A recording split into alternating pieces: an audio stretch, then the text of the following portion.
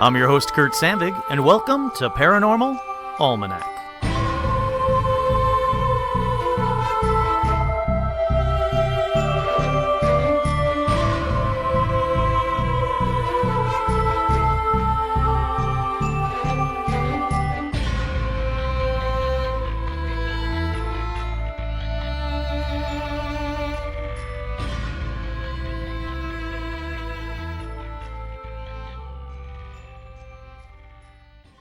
That's right, I'm your host, Kurt Sandvig, and on this week's edition of Paranormal Almanac, let's take a look at reincarnation. But first, shout-outs.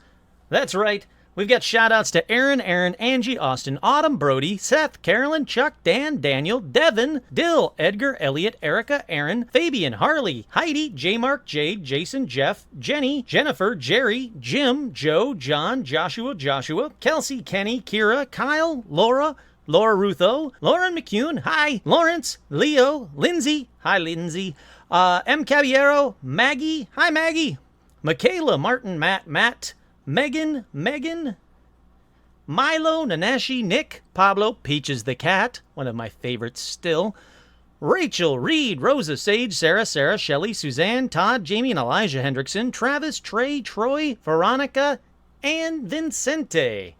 Thank you all so much. If you want to be like the cool kids, head on over to patreon.com/paranormalalmanac. Okay, let's get right on into paranormal news. This one's going to be hopefully a little bit longer episode, so I want to get right into it. Paranormal news.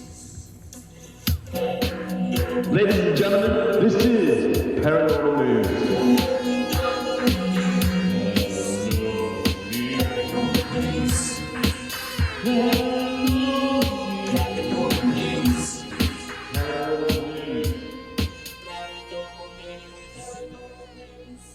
Let's go to the first story, which is China found a mysterious gel-like substance on the moon's uncharted far side. For those of you that listened to the Blob episode, this is immediately what I thought of. China's Chang'e 4 lunar rovers discovered a strange gel-like material with an unusual color on the moon's uncharted far side. According to Space.com, the mission's rover, U-22, that's weird, U-22 found the unidentified substance. Scientists made the discovery when they were reviewing photos taken on the rover's camera and noticed a strange material inside a crater that showed color and luster, unlike the surrounding terrain. Now, researchers think the substance could be melted glass formed from meteorites crashing to the lunar surface, but they just don't know what it is. So that's creepy as all hell. If it is a blob-like substance, then that would definitely mean that these, the blobs, if you've listened to the Blob episode, that these blobs, these purple blobs, are definitely coming from space. There's no way that they're not coming from space, but we'll find out. Up next, here's why DARPA wants to borrow a labyrinth of underground urban tunnels. There was a news article last week that said DARPA would like to borrow your labyrinth network of underground urban tunnels, but they didn't say why. Well, the agency clarified that the request was in support of the Urban Round Subterranean Challenge, a team-based competition to develop and use technologies for navigating unfamiliar underground spaces. So nothing creepy or zombie-like or post-apocalyptic like everybody thought, even DARPA. It was a terrifying, like, hey, we need underground bases and we need them now. So apparently, if you believe them, it's nothing more than them just wanting to run some tests kind of a thing. Okay, up next is one that I actually got a few people sending me in, and I'd already seen it, but thank you anyway. If you see articles that should be in Paranormal News, please either feel free to send them over to paranormalalmanac@gmail.com or send them over to me on Facebook, Paranormal Almanac on Facebook. Feel free to private message me or DM me or whatever you call it over there on Facebook. I love getting in touch with everybody. I'm falling behind. I've been so busy at the stupid day job that I've been falling behind, but don't worry. I will get to all your messages. Thank you guys so much, and your emails too. Thank you guys so much, but send them over to me there as well. If you see anything that should be in Paranormal News, that's where you should send it. But this one I got a lot of, and rightfully so. I'm very excited about it. Travel Channel sets air date for Loch Ness Monster and it's not a monster, documentary. So basically, the Travel Channel has a premiere date for its 2-hour documentary, Loch Ness Monster, New Evidence, which seeks to unravel the centuries-old mystery of the mythical monster. He's not mythical, and he's not a monster. The special watches Neil Gemmell, of the New Zealand-based University of Otago, collect environmental DNA samples from the waters of Scotland's Loch Ness. Now, if you guys remember, I've talked about this a couple of more times on a couple of other paranormal newses, but apparently there is new evidence that they saved just for this footage. Now, Loch Ness Monster New Evidence presents video footage provided by eyewitnesses and spotlights the multiple expeditions of naturalist Adrian Shine, leader of the Loch Ness and Morer Project. Shine, whose archival footage survives to this day, provides historical context for Nessie research and joins, I don't know if it's Gemmell or Gemmell, to collect eDNA samples. Cryptozoologist Lauren Coleman is also featured in the film, casting doubt that the world-famous surgeon's photo, which depicts a creature coming out of the loch, was a hoax. What? Casting doubt. No, it was a hoax. We know it was a hoax. All right, so I already don't like cryptozoologist Lauren Coleman. But if you want to be on the show and tell me why you think it was a hoax, please, love to talk to you. So that is exciting. Once again, Loch Ness Monster New Evidence debuts in the U.S. September 15th at 8 p.m. on the American Pay TV channel, and in the UK, September 15th at 7 p.m. on the Discovery Channel. So it's either going to be on the Travel Channel for the US or Discovery Channel for the UK. For the rest of the world, I don't know. I do not work there. Up next, experts want to give control of America's nuclear missiles to AI because nobody has seen the Terminator. I don't really have to go into the story. That's essentially the whole story, is that experts want to give control of America's nuclear missiles to AI because they think it's a good fail-safe because, well, humans are terrible. They're not wrong about the humans being terrible part. I don't know if giving robots or AI control of all of our nuclear missiles has ever turned out for any science fiction, nor do I think it'll turn out well for us if they actually do it. Up next is one that some of you guys might actually know about. It's a place that I've been wanting to go to for a while to actually record an episode at it and do a paranormal investigation at. It is the Hotel Cecil. Now, the Hotel Cecil closed about a year ago, and I haven't been able, actually a little over a year ago, and I haven't been able to get into it. I've emailed everybody that seems to own it. Nobody's gotten back to me. I've said, please, just let me go in. I'll even pay to go in. I just want to do an investigation. But the Hotel Cecil could finally reopen in late 2021. Now, if you guys don't know about the Hotel Cecil, there will be an episode, but here's a real condensed version of it. It's this really old historic hotel. It's very creepy. There's been a ton of deaths and suicides. Richard Ramirez, the serial killer, supposedly stayed in there for a while.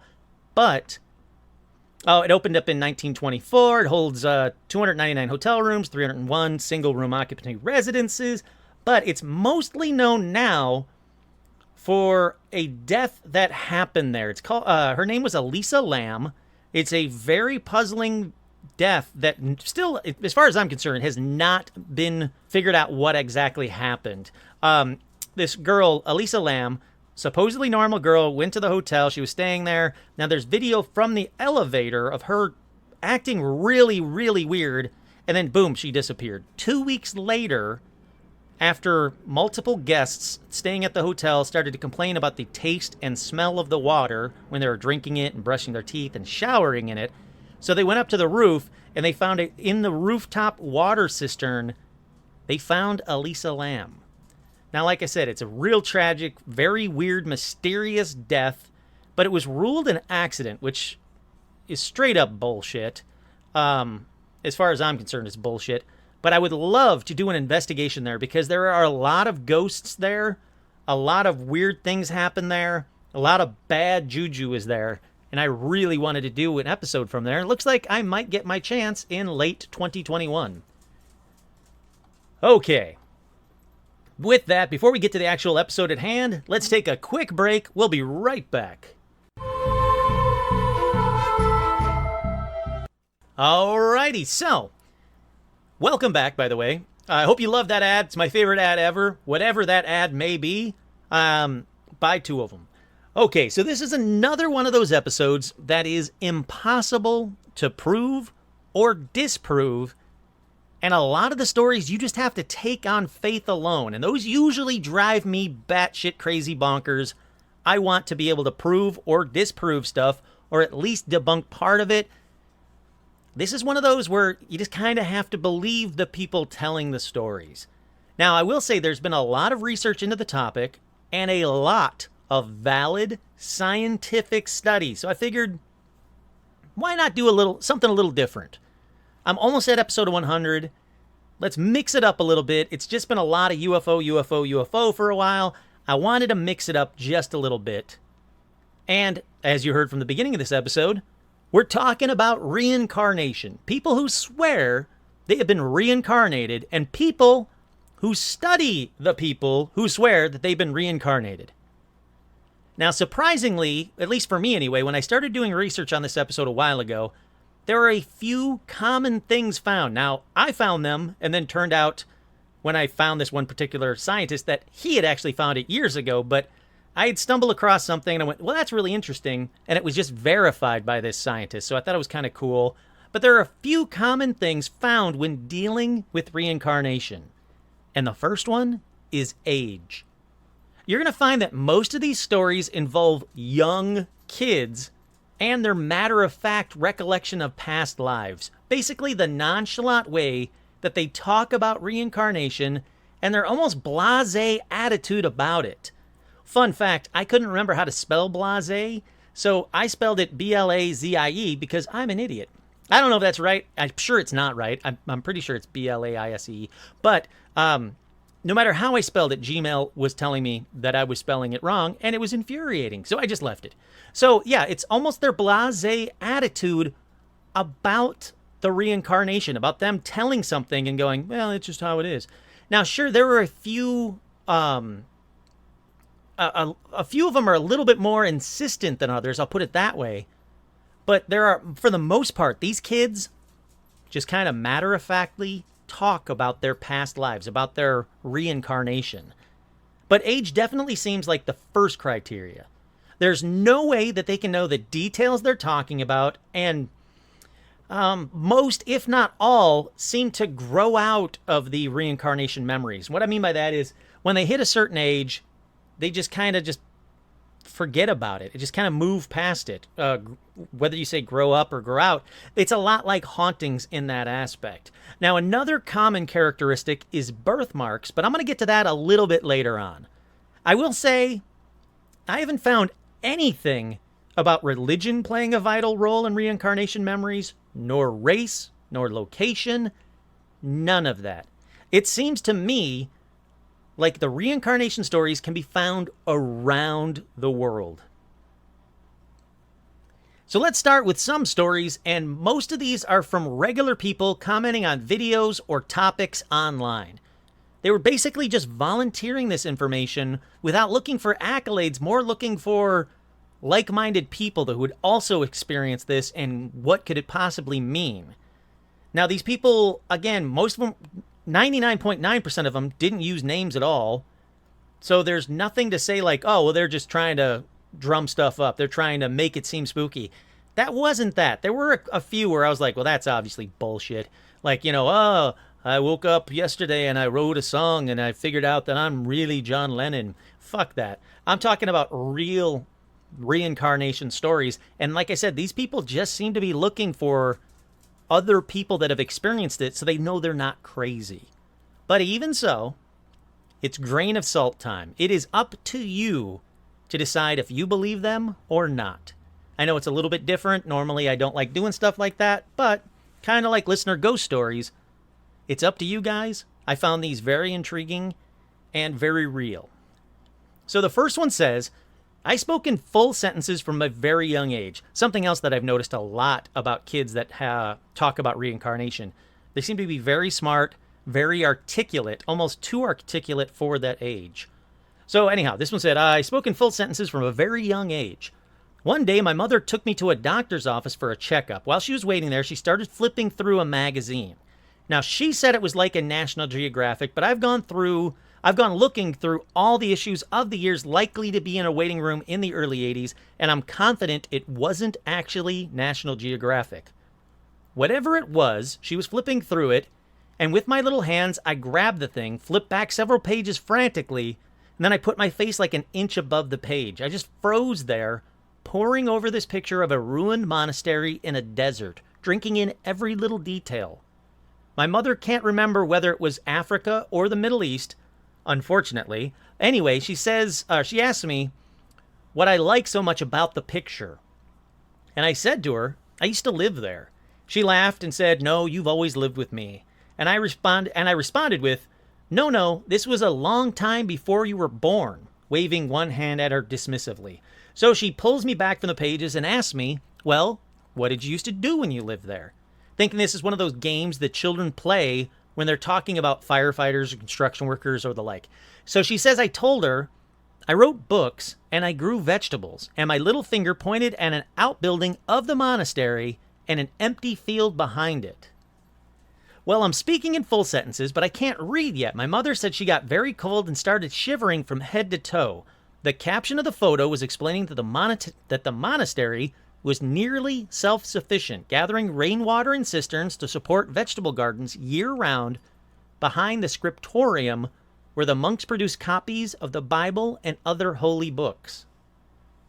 She says she put down the magazine, walked out of the doctor's office with me in her arms. She rescheduled the appointment because it was just too creepy. Oh, it ends with this. I'm not saying I believe in reincarnation, but I have a good feeling about it based on this story and a couple other ones I've heard. Up next is another story about Leo, who from the time he was 2, he started to tell his mom that she wasn't his mommy, which is pretty much the most evil thing as a kid that you can do to a mom. Then by the age of 3, he started saying he had a different birthday, June 26th, and that his middle name was different too. He said his middle name was Coe, C-O-E, and that he wrote movies for a living, and also that he had a daughter named Jennifer. He then told his mom that he died when he was 48. Lee's parents started naming titles of several movies to Lee, asking if he had written them, kind of just like playing with them. But when they mentioned Gone with the Wind, Lee instantly said yes. So the parents looked up Gone with the Wind. Sure enough, the movie was written by Sidney Coe Howard. And that Howard was born on June 26th, that different birthday, had a daughter named Jennifer, like he said, and died at age 48. Now, unfortunately, that's about it with this story. I found this story on numerous websites. It all seems to come back to one person posting about it in a chat room. So it does seem to be legit, but there's no more word on the story. Did Lee outgrow it? You know, what happened with Lee? And just like I said, just like with a lot of paranormal things, children often outgrow like imaginary friends, seeing dead people, being psychic, or seeing ghosts, whatever you want to call it, but they also outgrow the thoughts that they had lived before. It's like a light switch is flipped, and they usually forget about everything and just become regular kids. Now, I talked about a kid that swore he was in World War II in an early episode. I believe it was one with Mac in it. And that kid eventually grew out of it or just sort of forgot about his past life. And that does seem to be the case in most of these, not all of these, because some of these are from adults, but they have the story told to them. They're like, hey, when you were a kid, you mentioned this by their parents, that kind of a thing. So it's not like they forget it completely. It just doesn't matter anymore, and they go on with the current life that they're living. Okay, up next is another thing that a lot of people who believe they've been reincarnated have in common. Birthmarks. I talked about it for a minute at the beginning. Now let's get into it. That's right. If you have a birthmark, it might be significant. But hold on. Because for this story, let's head over to Sri Lanka and to Purnima Ekanyaki. I'm assuming, Michael, you're going to have to take a drink. A buddy of mine who likes listening to this podcast, and I appreciate it ever. Grider is his last name. He makes amazing things. If you look up Grider, I can't remember if it's Grider Inc., Grider Co., on Instagram and on Etsy and whatnot, you can find all of the stuff that he makes. A lot of it is very tiki-oriented. He's freaking awesome. He's a good buddy of mine. But he has a nice little fun little game that he likes to play during Paranormal Almanac. Every time I screw something up, screw a name up, which, as you guys know, is fairly often. Every time I screw a name up, he takes a drink. So, just this story alone, Michael, I'm telling you, you're going to be drinking. All right, I looked it up, and it's Griderco, GRIDERCO.etsy.com. Take a look at his stuff. If you buy something from him, make sure you tell it that it was from me. Not that I get anything from it, but I just want him to know that, that I care. Okay, so Purnima, doesn't matter what her last name is, had an unusual birthmark dotting her lower ribs and chest. Like with just about every story on this episode, when she was a kid, she started talking about her past life. After a school trip to a temple 145 miles away, let me repeat that. She went on a school trip to a temple that was 145 miles away. Purnima insisted she lived in that town just across the river from the temple, and she claimed she was once a male incense maker who died in a traffic accident, which is, you gotta admit, that's pretty fucking specific. So her very supportive and understanding dad went all the way back to the town, all 145 miles away, and he started to ask around about local incense makers that had lived in and died in the village. And that's when he discovered that there was one person who matched that description. It was a man by the name Jandasa, who was an incense maker that died when he was hit by a bus while riding his bicycle. So the dad and Purnima go over to Jandasa's old house, and she immediately recognizes and names both his wife and daughter, and also the name of the school Jandasa attended. Okay, back to that birthmark I was talking about. So it turns out that Jandasa's ribs were fractured, and the fracturing and the bruising ran down his left side, as you probably guessed it, and ran along his lower ribs and left side of his chest, just like Purnima's birthmark. Identical to her birthmark.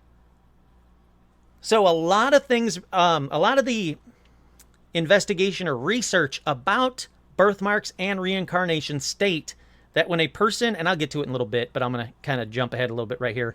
When a person has a violent death and it leaves a scar or a mark on the body, that mark is somehow transferred to the next, when the person's reincarnated to the next body, if you will, in the exact same location. So if that story is true, and I can't find anything to say that it's not true, that is an insane amount of details to get right. And the chances of her knowing it are beyond slim to none. I mean, it is none. There is no way that she would have known the town, the occupation, how they died, the school, the wife's name, the daughter's name. There's just no freaking way. Yet again, if this story is true, it is absolutely incredible and, a small piece of the puzzle to say that reincarnation is real. All right, up next is another one from the comment section of a video. I was looking up reincarnation videos. I was trying to find actual videos of people talking about their reincarnation. I couldn't find anything that was really substantial enough to play on this episode, but I did notice there were a lot of comments in those kind of videos from people, again, reassured that they weren't the only ones that have these thoughts and feelings. So up next is another one from a comment section of a video. My mother believes that I'm her grandmother reincarnated, who passed away shortly before I was born. When I was a toddler, I would always grab both my mom's cheeks when I kissed her, which is how her grandma used to kiss her as well. Once when I was about 3, I was apparently playing on the living room floor when I suddenly looked up at my mom and said, "Edward wasn't a bad man, he just wasn't a good husband." That turns out was my great-grandfather's name. My mom freaked out a bit, but her grandma was her favorite person in the world, and now I think she likes having reasoning as to why I'm her favorite kid. Laugh, smile, whatever. She also went to a psychic who says that she and I are always together in our lives, whether we're sisters, mother and daughter, best friends, etc., and I think that really cemented it for her.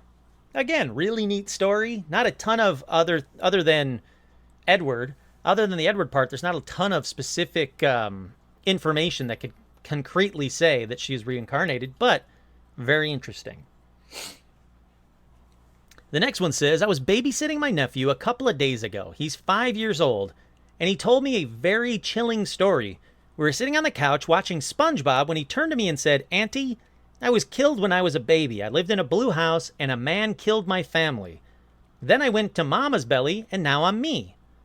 It sent shivers down my spine. I asked my sister about it, and she told me he told her the same story, but way more detailed. She asked him if it was a dream, and he insisted it wasn't, and that it really did happen. So let me pause right here to say, if you've got a kid and they mention something about reincarnation or a past life, or even something paranormal like seeing a ghost, don't freak out, don't shut down as much as hard as it can be. Start asking them questions, find out details, especially if it's reincarnation, stuff that they can tell you specifically that you can, write down and look up later to see if you can verify what they're telling you. And if you can, come on my show, because I want to hear about it. All right, the next one says, this is so ironic. When I was a little girl, I used to tell stories about my other family. I said I died as a child and that I was hit by a truck. The unnatural part is I had super high anxiety when I was too young to understand death. My fear of dying was so bad that my mother wanted to take me to a doctor. I had screaming fits and I wouldn't tell her why I was so afraid. As I aged and forgot about these stories, my fear of death subsided. Neat, fun little story. I don't know why it's so ironic, but there you have it. All right, this next story is about a guy named Arthur Flowerdew. Now, this one is from a guy who's actually an adult, so it's a little bit more rare from what I found, but Arthur Flowerdew always had vivid memories of a city surrounded by a desert and a temple carved into a cliff. Then one day, he's watching the BBC documentary on television, and he saw the city of Petra, Jordan. This was the exact city that he had vivid memories of. So Flowerdew shared his story with several people, including BBC reporters, and they started asking him to put his story on television, if they could do that. Like, hey, we want to film this. So several archaeologists flew to Petra with Arthur, and he immediately recognized landmarks with ease, including sites that had not yet been excavated. That's important. That's very cool. Now, when he was presented with an ancient device, the purpose of which had baffled scholars for years, he offered a plausible explanation regarding its use. They couldn't prove that's what it was, but it was very plausible. And after seeing a guard station, Arthur recalled that he had died there when he was stabbed with a spear. Now, again, I can't verify any of this, but according to the story, Flowerdew, Arthur that is, Flowerdew, said he had never studied the city previously and only heard of it while watching it on that BBC documentary. Now he's an older guy. There's a good chance that maybe he had read about it when he was a kid, heard about it when he was a kid, it was on TV when he wasn't really paying attention as a kid, something, and it just kind of seeped into his memories. All of that is possible. I am definitely not saying it's not possible. Like I said in the beginning, these stories are for you to decide if you believe them or you don't. Okay, this next one is my main problem with reincarnation. Like I was saying earlier, there are a ton of stories about people being someone famous in their past lives, and I hate them. Look, the odds are that if you were born some historically significant person in your past life, the odds are so incredibly small about that actually happening. Someone that you could remember 300 years ago, 50 years ago, whatever. Yet, a ton of people on these websites think that, oh, I was 100%, I was John Lennon, I was Cleopatra, I was Mark Anthony. No, not everybody was someone famous in their past life. There's a good chance that you dug a ditch 100 years ago, or you shoveled shit in Egypt 1,000 years ago. Not everybody was famous in their past life. But anyhow, Barbro Carlin was born in Sweden in 1954. From the time she could talk, Carlin began telling her parents that she was somebody, that she used to be somebody named Anne Frank. That's right.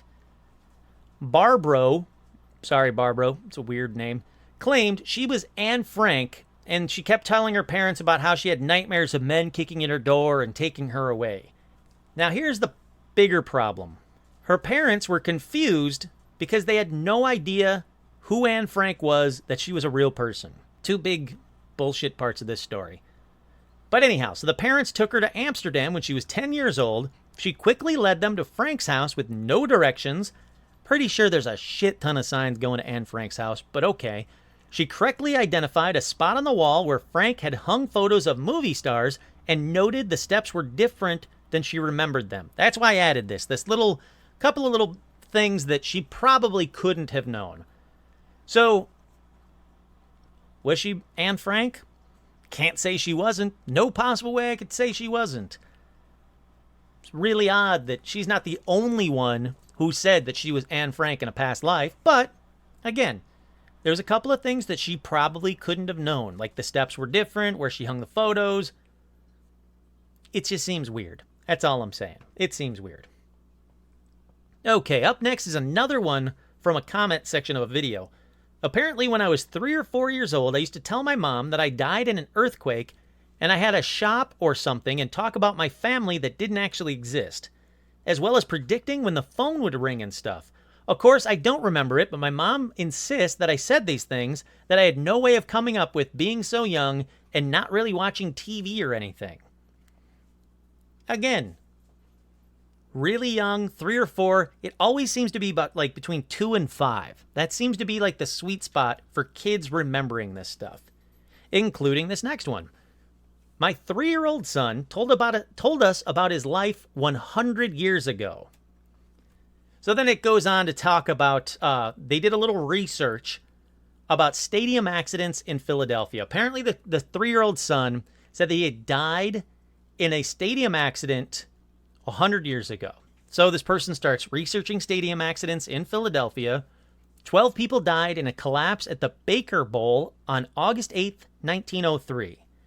So they go on to try and find a list of names. So they wrote to the Philadelphia Inquirer, hoping that they could help. Okay, so here's the story. I posted the other day about how I asked my son who he was before I was his mommy, and he told me that he was my cat that passed away about 1.5 years before he was born. I think perhaps that it might have triggered another of his past life memories. Also, the timing was just incredible. We were 12 hours from getting married. Okay, it is the same story. It went weird about the cat thing. I apologize. I think perhaps that might have triggered another of his past life memories. Okay. Also, the timing of this was just incredible. We were 12 hours away from being married, and he was just starting to tell us about the incredible detailed story and talking much different than he normally does. My husband, so weird that I'm marrying that, we just got married Saturday, ha ha ha, is an atheist and does not remotely believe in any kind of afterlife or souls or reincarnation or anything like that, and he was completely blown away. I'll shorten it up as much as possible because he went on and on for over an hour. We even tried to do leading questions with him to see if he would go along with whatever we were saying in case he was just making the whole thing up. And this little boy completely denied what we said and corrected us. His story never changed either. He said his name was Charlie and he lived 100 years ago. He said his sissy now was his sister. He used to say sissy, then sister. Only her name used to be Kathy. Then he had a big brother named Jack. He said when he died, he was 26, and he was at a stadium and there was an accident. We tried to find out what happened. He said, I can't tell you that. We tried to find out a last name. He said, I can't say. We did manage to get a location from him, though. He said Philadelphia. My son does not know what Philadelphia is. Not only that, but he said, I was in Arabia before, but that wasn't Charlie. He sure as shit doesn't even know there is an Arabia either. The weirdest part of this, and I mean, we both had goosebumps while he was telling us all this, was his voice, and the way he was speaking was so not him. My son is a little goofball, and he says funny words and tries to make people laugh and stuff. But this time, he was so serious. And the way he was speaking isn't how he talks. Also, he was actually getting kind of upset trying to talk about whatever the accident was and talking about his sister and brother he had then. Anyway, I just wanted to share this with you. Both of us have just been so floored by this whole experience. It's crazy.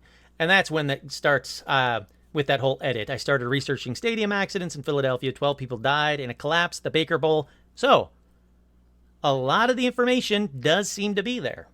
He said he died about 100 years ago in Philadelphia in a stadium accident. How the hell is this 3-year-old going to know any of that stuff? Okay, up next.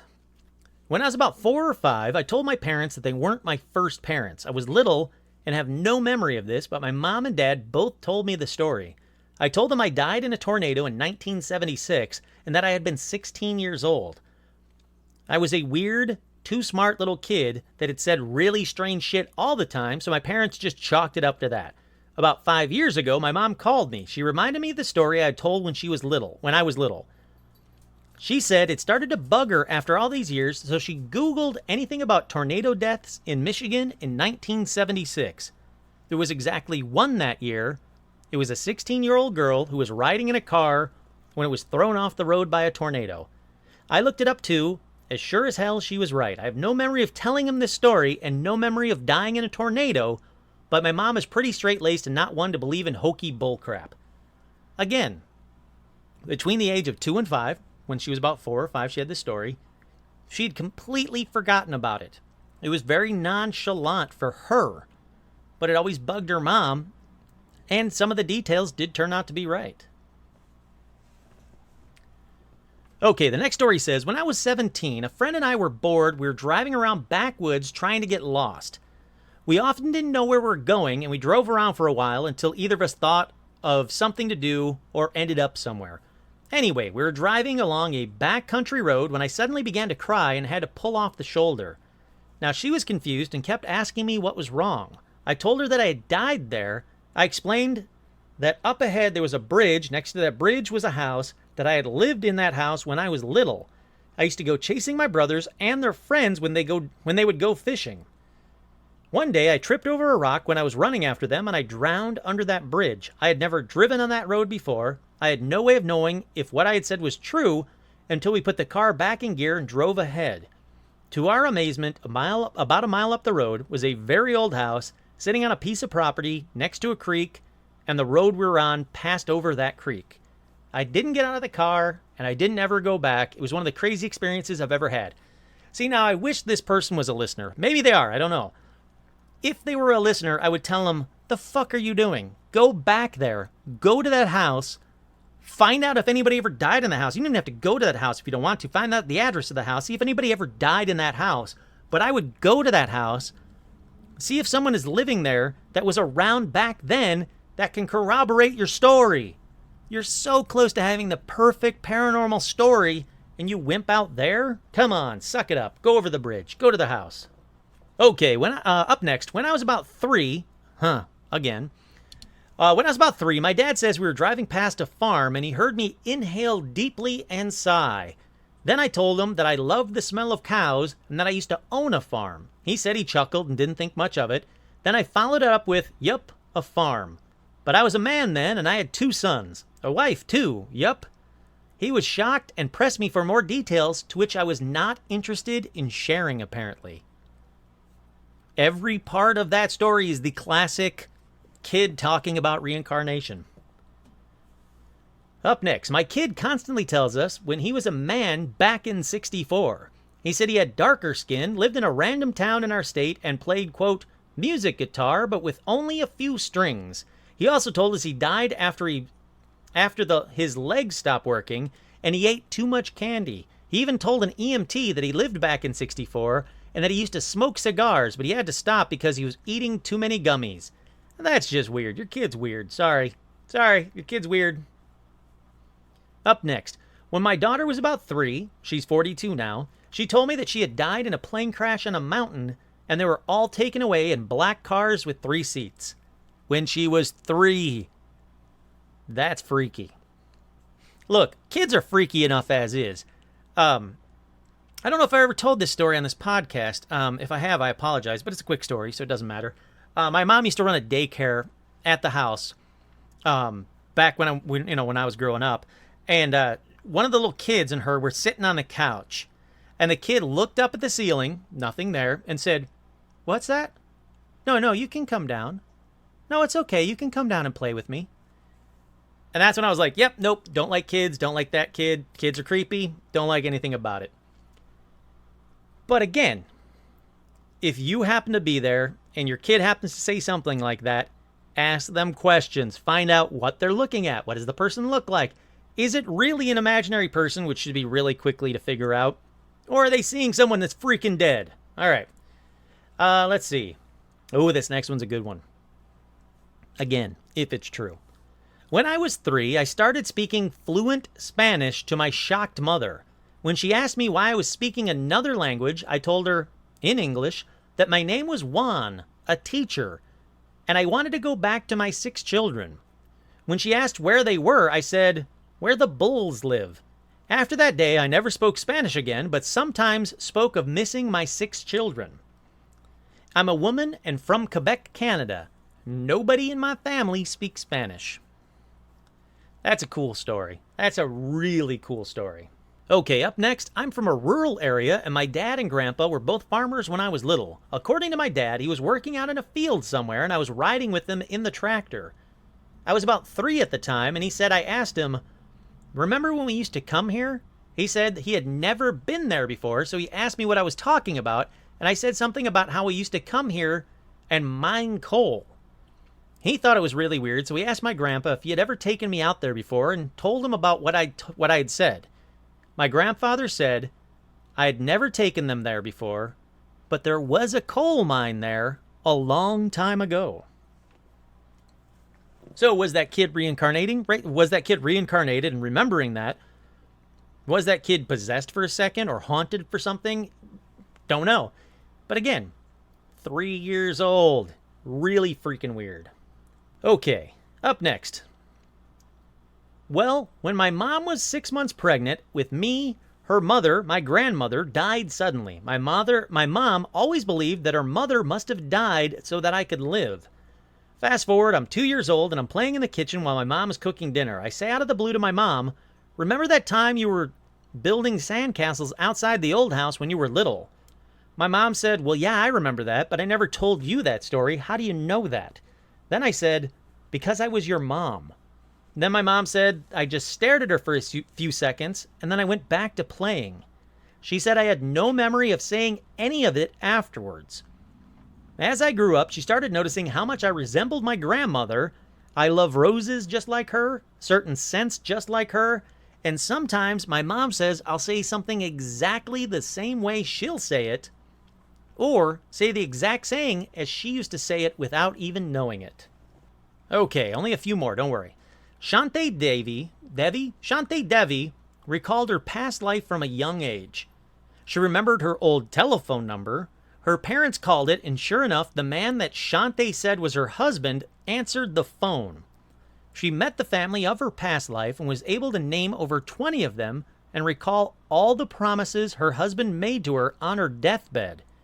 And she says she even recalls her death, which was 10 days after giving birth. Her husband was on her deathbed, and she recalls her death. I don't know what the rest of that means. Doesn't matter. That's a cool enough story.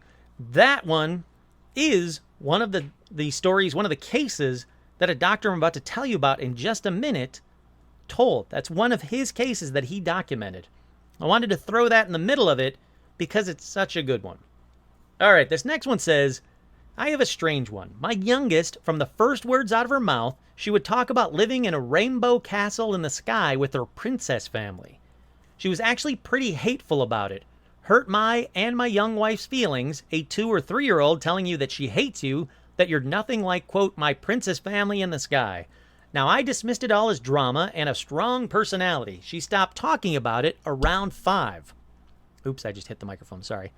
Then one day, I decided to pick up a book about past lives. One of the more interesting stories in the book had already been linked here before, and it's about a kid who was able to give some pretty accurate information about dying in World War II. That's that same story that I told you about on that previous episode. Like I said, I think it was a Mac episode.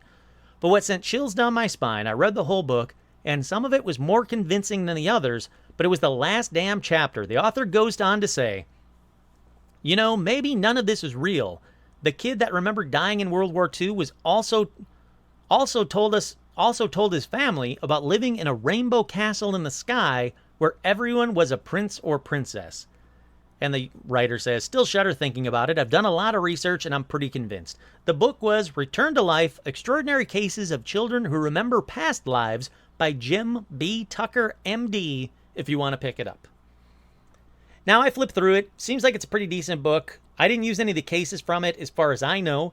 I didn't buy the book. I didn't read them all. I don't think any of my cases on this episode are from that book. If they are, well, I just gave you a plug, so go buy that book if you like this episode. Okay, so that was a ton of great stories, but I also mentioned at the beginning scientific research as well. And for that, we need to talk primarily about one man.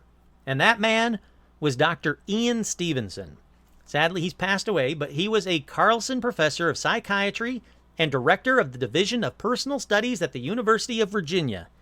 Now, he dedicated a huge chunk of his last 40 years on reincarnation research.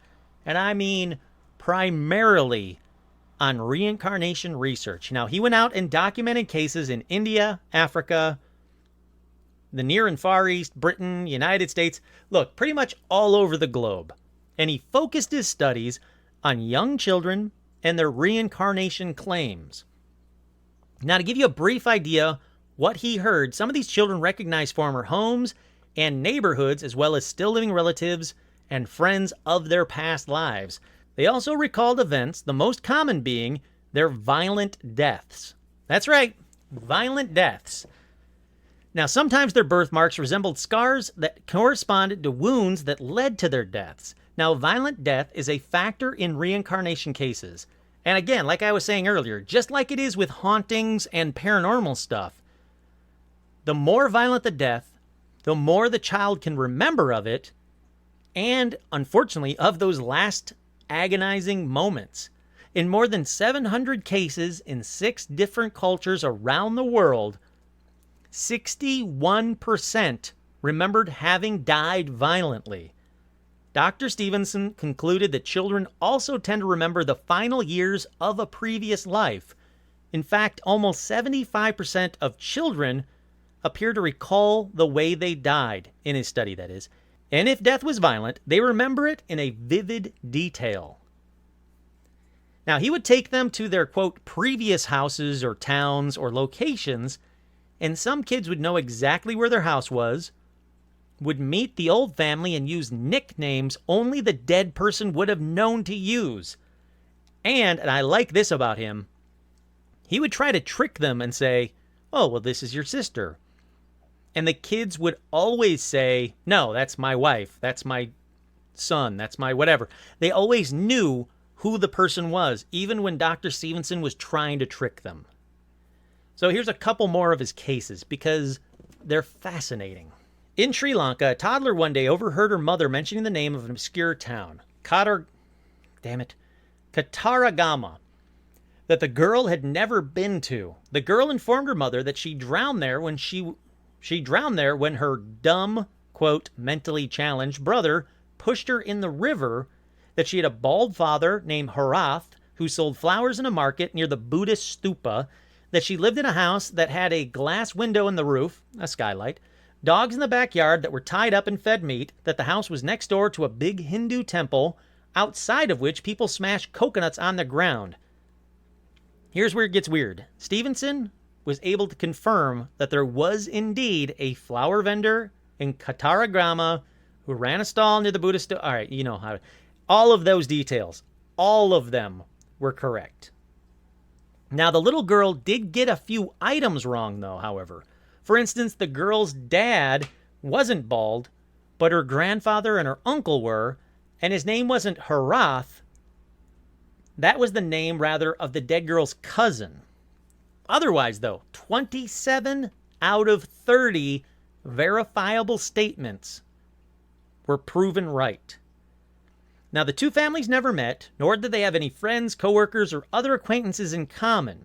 So there's no way that she could have got these details, basically. There is no way. He tried to trick her, tried to stumble. Nope. She got, what was it? She got 27 out of 30 very specific details about this specific family correct. This isn't like a John Edwards thing where, I'm sorry if you believe John Edwards is a real psychic. Allegedly, he's not. I personally don't believe he is. It's not something like that where he just starts throwing shit out at you. Do you have a relative that's dead? Do they have a J in their name or an A? Do they have an O? Do they have an O? Do they have an N? Do they have an N? Do they have a J and O and N? Is John, Jonathan, Johnny, Joan, James, Jennifer, John? Like that bullshit. This wasn't that. This was a kid telling a very specific story. Look, try this out for yourself. Do you have a relative? Does this story connect to your personal life in any way, shape, or form? Do you have a mentally challenged brother that pushed you in a river? Do you have a bald father named Harath? Or any relatives named Harath? Did they sell flowers in a market near the Buddhist stupa? Did you live in a house that had a glass roof? All right, the skylight, you might have a skylight. How about dogs in the backyard that were tied up, fed meat? How about that the house next door was a big Hindu temple outside of which people smashed coconuts on the ground? These aren't, I bet I can get a bunch of them right for you guys in just 1 second. All right, you ready? If I want to do my little John Edwards bullshit for you guys. Now, do you live in a town? Do you live in a house or a structure, but you have neighbors nearby? You know the people that are nearby, but you don't know all of them. Do you have a car? Is that car, is it black or red, white or silver? Do you live by a body of water? Is any of the street names historical figures or historical names in your area, in your city? I see that you are unhappy and unfulfilled in your life, that you want more out of life. I see that that you sometimes are really bored and struggle with what to do or where to go. I see that you're unhappy with your job. You want more money. You don't feel like you're making enough money to you're just kind of like getting by. I see that I see you have a family member that has passed away, and that family member you liked. They fondly remembered you. I see that you like pets. You not necessarily have one, but you do like pets. You like animals. I'll say that you like animals. I see that you also tend to go and get the same drink or meal on a fairly regular basis, almost like a weekly basis, daily or weekly basis, almost every morning, if not every morning, every week. See, that's the kind of bullshit that I bet you I got a bunch of those right. This little girl's wasn't like that at all, and she got 27 out of 30. I am kind of curious how much I got right for you guys. So if I got them all right, you all, become a patron, because that's pretty damn impressive. Okay, so let's continue on with Dr. Stevenson, though. Like I said, she got 27 out of 30 right. It's really interesting. And another thing that he noticed is many of his subjects had unusual birthmarks and birth defects, such as finger deformities, underdeveloped ears, or being born without a lower leg. There were scar-like birthmarks and port wine stains and some awfully strange-looking moles in areas where you almost never find moles, like the soles of your feet. So he started looking into that, started connecting the dots between the cases the kids were telling him and their previous lives, and noticing that those birthmarks, again, connected to the way they died, violent ways they died. For example, a Turkish boy whose face was congenitally underdeveloped on the right side said he remembered the life of a man who died from a shotgun blast at point-blank range. That's pretty shitty specific. A Burmese girl born without her lower right leg had talked about the life of a girl run over by a train. On the back of the head of a little boy in Thailand was a small, round, puckered birthmark, and at the front was a larger, irregular birthmark resembling the entry and exit wound of a bullet. Dr. Stevens had confirmed the details of the boy's statement about the life of a man who had been shot in the head from behind with a rifle, and it seemed to match. There was a child in India who said he remembered the life of a boy who had lost the fingers of his right hand in a fodder chomping machine and was born with boneless stubs for fingers on his right hand. So he goes on to say that these kind of things are, again, the odds of them happening are very few and far between, if ever, yet these kids knew specific things or had specific cases or things on them that connected with the past lives.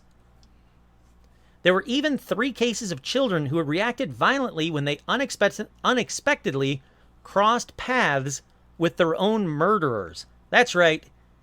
He took them back to town to kind of prove their reincarnation story, turns out that their past life person had been murdered, and these kids freaked out violently when they crossed paths with their own murderers, including a preschooler who lunged for the throat of an adult stranger that he said killed him in his last life.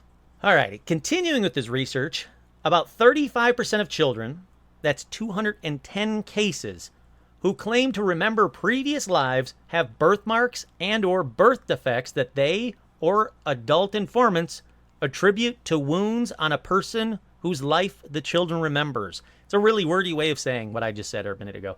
Here's something directly from his research, though. The birth defect were nearly always of rare types, in the case of which a deceased person was identified, the details of which life unmistakably matched the child's statements. A close correspondence was nearly always found between the birthmarks and or birth defects on the child and the wounds on the deceased person in the former life.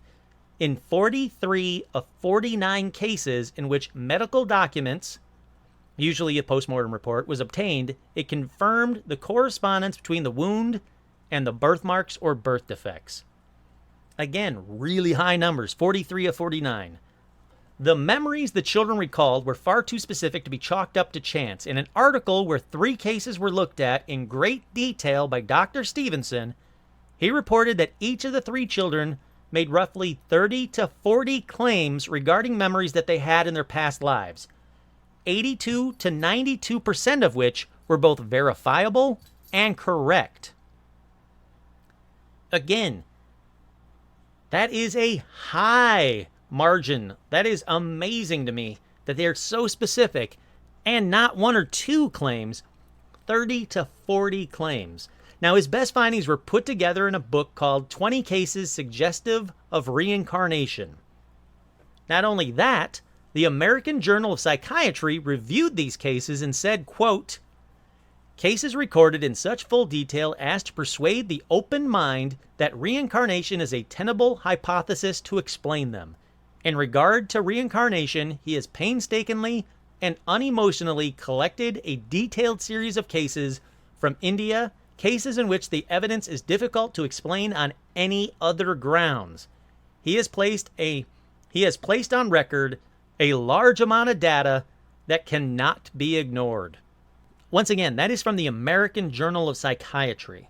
His findings were also published in peer-reviewed journals in the Journal of Nervous and Mental Disease and the International Journal of Comparative Sociology. So again, a lot of peer-backed studies seem to agree with Dr. Stevenson, and again, with something like this, we're never going to be 100% conclusive proof. At least not until technology comes along that we can scan brains and do all that funky, cool sci-fi crap. But until then, and it's almost like what I've been saying all along, that science will prove the paranormal. I think that science will prove past lives, or at least that these past lives or these past memories or whatever are real. However they're doing it, however it's happening, they do seem to be real. You can't get those kind of percentages on a regular basis. You cannot get 82 to 92% of which were both verifiable and correct in 30 to 40 claims each. The odds of that happening are astronomical. Again, in 43 of 49 cases, the correspondence between the wounds and the birthmarks were there. 43 out of 49%, 43 out of 49 cases. That is a high percentage. Now, let me stop right here and say, yes, I know there's going to be some skeptics that are going to bring this up, so I'm going to bring it up for you. Yes, there was research into memories being passed down from generation to the next generation in humans, just like it does in animals. You know how like in animals like butterflies, they all have this same path. Even though they can't live for the entire path of it, the migration path, all the butterflies do seem to know it. Birds seem to do that. Other animals seem to do that. Dogs seem to take on stuff that was from, their ancestors. So yes, there was a study, there was research into the fact that maybe, just maybe, memories can be passed down from generation to the next. Well, that can explain some of these stories, but definitely doesn't even come close to explaining all of them, or most of them. Most of these kids did not have a familial connection with the dead person. They didn't know them. They're from a different town, a different area. There is no explanation, no genealogical explanation for how they could know what they know. All right, so I'm going to leave it here for reincarnation for tonight. I'm very curious to see what you guys think of reincarnation. What did you think before this episode? What did you think after this episode? Did any of it persuade you? I was very persuaded by Dr. Stevenson's research. Again, he wasn't leading the kids. It's not like hypnotic regression where you can accidentally lead the subject into saying they saw a UFO or whatever. He was listening to the kids' stories, writing it down, finding out if it was verifiable, taking those kids to those locations, and then still having the kids verify stuff while he was trying to trick them. Oh, well, this is your sister. No, that was my mother. Oh, that's your brother. No, that was my dad. That was my uncle. Whatever. He was doing it from a completely different mindset than a hypnotherapist. And again, if you do hypnotherapy, more power to you. I'm not trying to knock it. I'm just saying, scientifically speaking, this seems a little bit more verifiable, and that's what I liked about this one. So what did you guys think? Do you guys believe in reincarnation? How about this? Do I have any listeners out there that think they've been reincarnated, that can remember, that have a story to tell me about reincarnation, whether it be you or your sister or your mom or whatever? Just like with the true ghost stories, listener ghost stories, all I ask is that they're true. So if you know somebody who thinks they've been reincarnated, I'd love to hear about it, especially if they have details.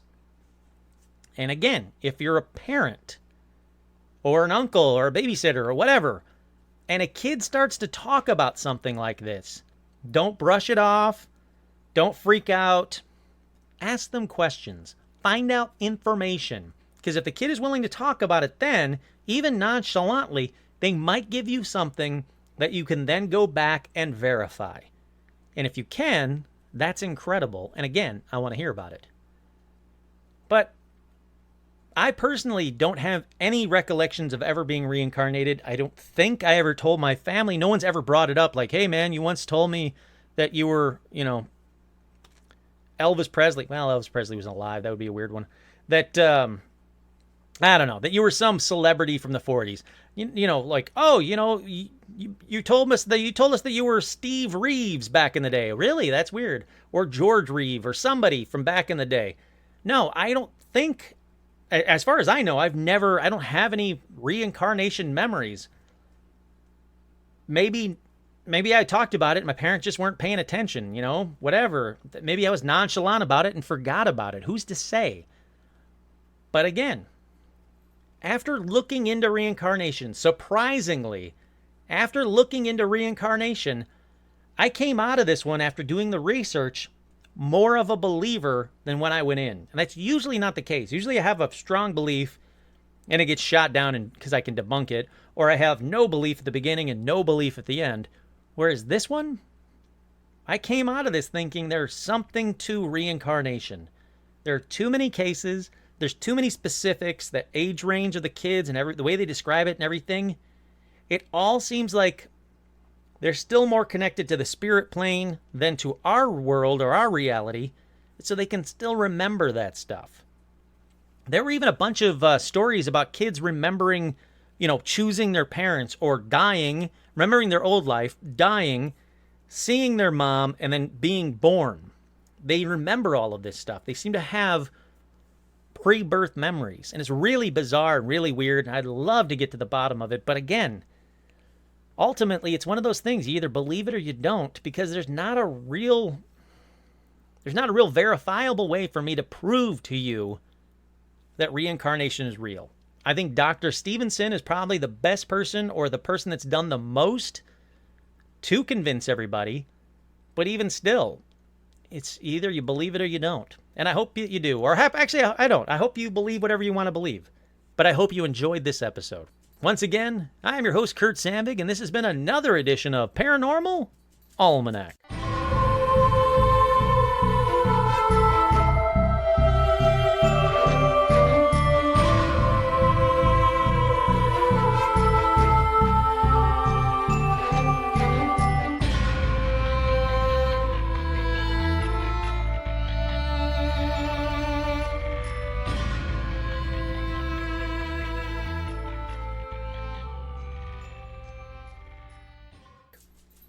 Fels kan jag minnas upp. Det var så det är en rakning i rivet på här.